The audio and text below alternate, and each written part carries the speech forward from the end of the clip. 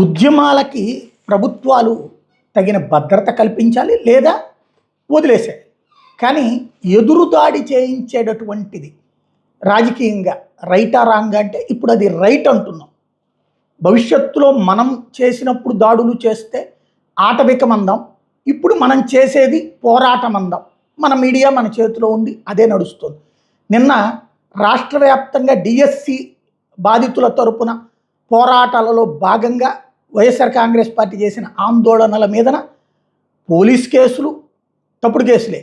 అదే సందర్భంలో ఈ దాడులు, హింసాకాండ చెలరేగింది వివిధ ప్రదేశాలు. అంటే ఎదురుదాడి వ్యూహం అన్నమాట. తద్వారా రాబోయేటటువంటి రోజులలో ఇట్లాగే జరుగుతాయి మీకు అన్న సంకేతాన్ని పతాక స్థాయికి తీసుకొచ్చారు. అలాగే వైసీపీ వెంట ఉంటే అయితే తన్నులు తినాలి, లేదంటే కేసుల్లో జైళ్ళకి వెళ్ళాలి. ఇది మేము అనుసరించబోయేటటువంటి నీతి అన్నటువంటిది 2 ఏళ్ల నుంచి చూపెడుతున్నారు.